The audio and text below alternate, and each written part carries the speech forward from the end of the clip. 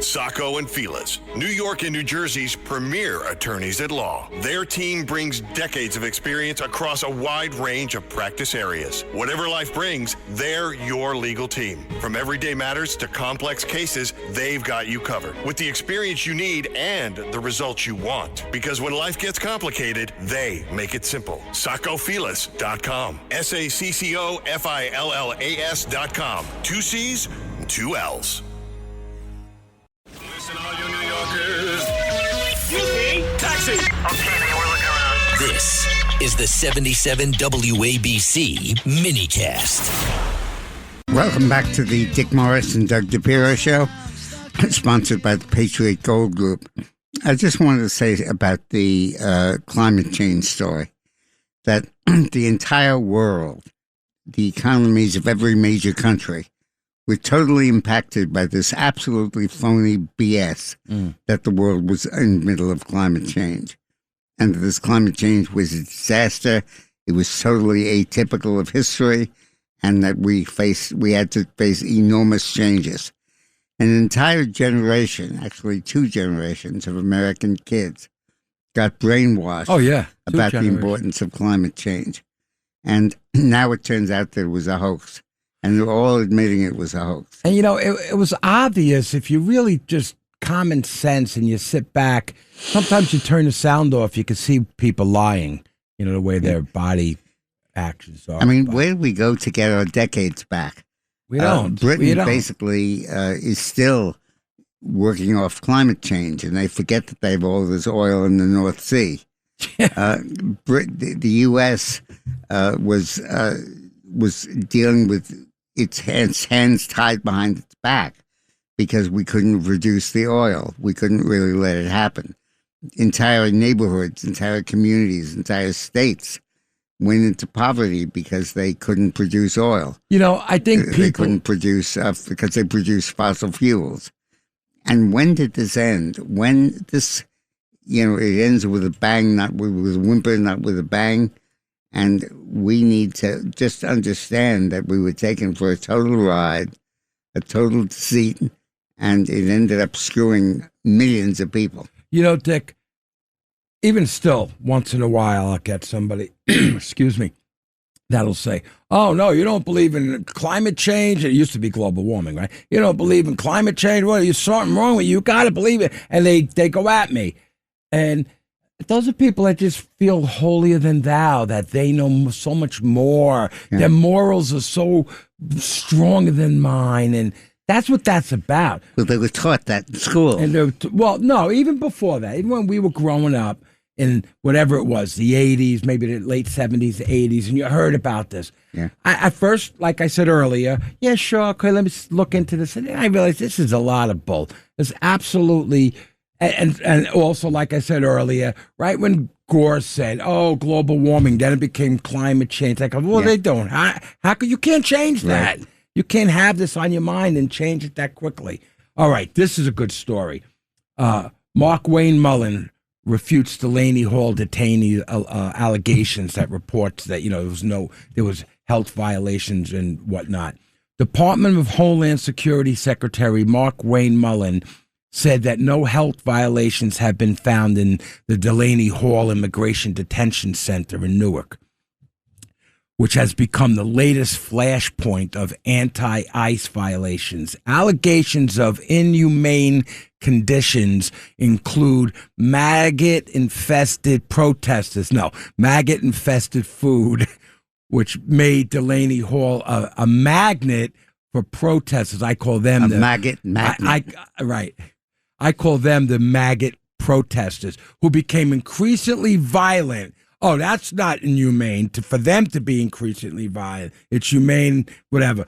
But a Senate hearing Tuesday, when Democratic lawmakers pressed Mr. Mueller about the conditions, the secretary reported that Delaney Hall got a clean bill of health.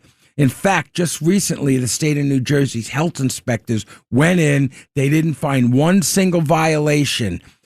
He added that a lot of claims were made, and they just absolutely were not true. You know, the liars should be doxxed. These people should have their names out there. Throw them out of the country. At the hearing, Mr. Mullen also rejected reports of hunger strikes at the facility. I always love when people have hunger. Al Sharpton used to have hunger strikes. That's how he lost his weight. Have on a hunger strike. Eat a carrot. So he said a handful of unauthorized immigrant detained at Delaney Hall refused to eat because they demanded ethnic food. That's why they talk about maggots in the food, because these people didn't want to eat that food because of their religion. They can't have pork. I would feed them bacon all day long. The demonstrations outside Delaney Hall, which have been a daily occurrence since late May, grew increasingly hostile, with protesters storming police. Oh, that's okay. And barricades, setting fires on the street and hurling glass bottles, rocks, and lumber and fireworks at police. So that's okay. That's not inhumane. Whenever I see this story... Get the frig out of here. Whenever I see the story about these demonstrations, been going on for 2 weeks now, I am very thankful politically, because the biggest problem is, how do you keep attention to achievements you've already done? When you've deported 2 million people and thrown them out of the country and got another million who left voluntarily. You're talking about them keeping attention or us? How do we keep attention? Right. How do we tell our voters that? How do we get our voters to focus on this with the midterms coming up, with Iran's war waging? How do we get them to focus back attention on what we've already accomplished? That's right here. Which was the enormous change in the in the economy. And how do we get them to focus on the throwing people out of the country? And the problem is, you don't. People pocket the achievement, they forget who did it, and it doesn't give you credit for it. But by continuing these demonstrations and by going completely crazy about them, they keep the issue front and center, and they keep it politically actionable. So as a politician, as a strategist, I am so thrilled that they're doing this. And they're embarrassed. They're embarrassing people. They are embarrassing themselves in their protests. They talk about humane facility, and then you throw glass and bottles and things at cops. So what are they talking? Don't talk about being thank goodness nice. They're doing it, because without these demonstrations, we might forget the enormous change that Trump is bringing about. Oh no, I like your idea about you got to understand how huge this change is. It's going to affect congressional apportionment for the rest of the century. It's affected the crime rates in many, many cities. It's completely changed the budget forecasts and permitted tax reductions. It's been an enormous change getting rid of these people. And this demographic change went far beyond the just immigration issue. It's reshaping America. And thank God he's doing it, and thank God he's getting credit for it. So more protesters. Keep coming out, protesters. You know, as we prepare these weekly summaries for the radio show, I've been less and less likely to include stuff about the Ukraine war. Yeah, I know. And that's because there's a dirty little secret going on. Ukraine is winning the war. Russia is losing it. How you figure that? And first of all, maps of the world based on satellite photography have indicated a huge gain, not huge gain, but an important gain by Ukraine in the percentage of the land Ukraine owns. Russian casualties have now exceeded 1 million dead. Wow. 1 million dead. And Rubio just said, so to this point, neither side has been willing to make concessions, particularly on the Russian side. We remain ready to play any role we can in the context of bringing a peace about, because we think the war in Ukraine, devastating war, has no military solution. It can only be solved through a diplomatic route, and that's been unfruitful. But he's wrong. The fact is that Ukraine is winning this war, which is why Putin is not anxious to go through negotiations. Why?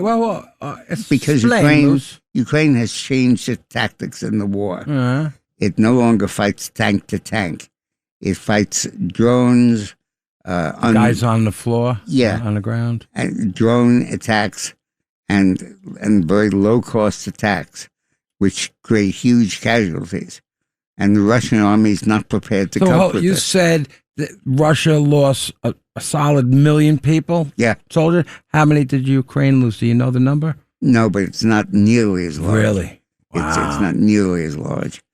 And the point is that on the ground, Ukraine is defeating Russia, and Russia does not have the capacity to replace the battlefield losses that it's incurred. And it's so important to understand that. This war, which originally everybody assumed Ukraine would lose, that Russia would occupy it, and everybody thought it would take a matter of months. So what do I... Then settled into stalemate, and now the stalemate is gradually being pushed back by Ukraine. And Zelensky doesn't want a solution because Zelensky knows that he's winning the war. And he's going to continue to win this war. And it's going to result in huge changes in Russia, possibly the toppling of Putin, certainly the I thought that would have happened already. Certainly the end of Russia's imperialism. The not very well-read army. Yeah. That's what I was calling from the beginning. Originally he thought he could make it up by North Korean troops. And he sent them in, and they got screwed up. How many of them? I don't know. We got to figure out all these numbers. They were forced out. And now he's instituted conscription in Russia. He's drafting people, he's taking them off the street. He's destabilizing his regime. He's mortgaging everything to this war. And he's making no progress, zero progress. And the key thing is that the satellite photography from space shows that in terms of actual square mileage, Ukraine has gained in the last year and Russia has lost. Wow, I did not see that. We got to look into that. Let's go to the phones anyway. How about we go to this? This is funny. This is your buddy Nadler. He wants to talk about Russ and White Plains. I don't know why I'm taking this one. Hey, Russ and White Plains. Hey, Doug. You know, Dick used to be good friends with him. And did you guys have an apartment together? Yeah, we shared. Oh, he was my roommate. God. All right, go, Russ. Sorry. Well, I thought you guys went to high school together. I knew him when he was thin. And now he's thin again. You looked really good on Newsmax, Dick, and that's really the second question I wanted to ask you about, your appearance with Rita Cosby on Newsmax, and you emphasized it was more important to correct mail-in ballot fraud than voter ID. I wanted to ask you about that. But I wanted to, ask you about Jerry. Well, first of all, D-Day was Operation Overlord. Right. Not Overload. And, you had such a diverse career, Dick, since your government job. And Jerry's, what's he going to do? He can't go back to being night manager at the OTB on 72nd and Broadway. No, he's... Wait, was he really night manager? I bet he was. No. Yeah, he was. It's Jerry's career is over, and correct. And good riddance. Real quick, Dick. His political power is being eroded because if his chief of staff, Michael Lasher, loses, his Democratic super club, it wasn't like Riverside Democrats, which was clowns and jokers. I really enjoyed you there, Stanley, all the people there with you. But I'd like to know, if you watched the debate, who's going to replace Jerry? Because this Kennedy kid, Schlossberg, looked real good to me. He said that Lasher was for stop and frisk, and Schlossberg renounced offensive weapons to Israel. He seems like a good guy. Now, Gates and Bannon are saying that the war on Iran was a foreign policy blunder. Dick, I'll be honest. I voted for Trump twice, but you build freedom by building socialism, and Mayor Mondami has that courage. Thanks very much, guys. Thank you, Russ. That courage? Yeah. I don't understand the courage to lie and cheat. Yeah. Go ahead. All right, Stanley in North Carolina. What you got, Stanley? Hey, Stanley. North Carolina. Yeah, hi, my favorite show. Real quick, Republicans are always talking about how Puerto Rico is going to be a state and D.C. is going to be a state. If you look at a map, D.C.'s in Maryland, so why not make it part of Maryland and pay Puerto Rico's debt and say, adios, baby, you want to... Why don't we just not do anything and leave it as it is, which I think is the best solution. The U.S. should pull the plug on the UN relief agency. Oh, this is big. The federal government should put an end to the United Nations Relief and Work. That's UNRWA agency. It has long connived, right. It has long connived at Islamist terrorism against Israel and has, to put it mildly, long been an impediment to peace. In May 18th letter, Tom Cotton, Ted Cruz, and 23 of their Republican colleagues urged President Trump to take a decisive action to fully dismantle the UNRWA and eliminate it from the budget, the UN budget. The senators cited UNRWA's links to October 7th Hamas terrorist attack in Israel, in which Iranians-backed terrorists invaded the Jews' state and murdered 1,200 people. The massacre was the largest slaughter of Jewish civilians since the Holocaust. UN employees were among the perpetrators. Wow, this is crazy. They were also among those who kept some of the terrorists hostage. Wow. They were also themselves, and an Israeli investigation found that at least 12 UNRWA employees took part in the attack. The U.S. Agency for International Development Office of Inspector General has since identified additional current and former UNRWA workers tied to the assault or to the Hamas, which was This is an agency that was set up by the UN for the purpose of dealing with Palestinian refugees. And at first it was one of a number of places around the world that had this problem. And then gradually all the other refugees in all the other countries went away. After several generations, they settled into their new countries. Mm-hmm. They were absorbed by their new countries, but the Palestinians were not. And the UN agency became dedicated exclusively to the needs of the Palestinian refugees, who were refugees really by choice. They refused to resettle into their lands. They refused to be reabsorbed into the landscape, like water after a flood that wouldn't go down because it refused to be absorbed into the ground. Mm-hmm. And instead, the UNRWA, the UN Relief Agency, has become the epicenter of terrorism. And we need to get rid of it. We need to close it. We need to pull the plug on it. And its financing is almost entirely by the United States. And we just should stop. It's ridiculous that we are funding this. What is it, 80 years after the Civil War allegedly caused these refugees? This is total nonsense. Just stop. Let's go to the phones again. Michael of Rockaway Beach. Hi, Michael. Hey, guys. Good afternoon.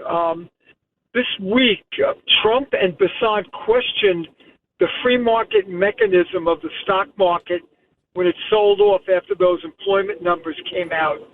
I'm wondering if the oil market pricing is also manipulated or reacts in a knee-jerk fashion. Of course. When something happens in the Strait of Hormuz. Yeah, it does. Of course. It does. And bear in mind that you're dealing here with the oil market, with people who are buying and selling oil and are anxious to anticipate what the price will be so that they're not caught short-handed or with a surplus of oil on their hands. And they all go forward. All the guys that are bringing the oil up, all the oil guys, are in cahoots with them. Not even in cahoots. They just, I'm going up 10 cents, so I'm going to go up 11. Yeah, and it takes a while for these trends to work out, and you can't treat them as accurate. They are fixed. They've always been fixed. Right. And they'll continue to be because they're based on projections as to what you think is likely to happen. Thank you, Michael. We got to take a break, Dick, and when we get back.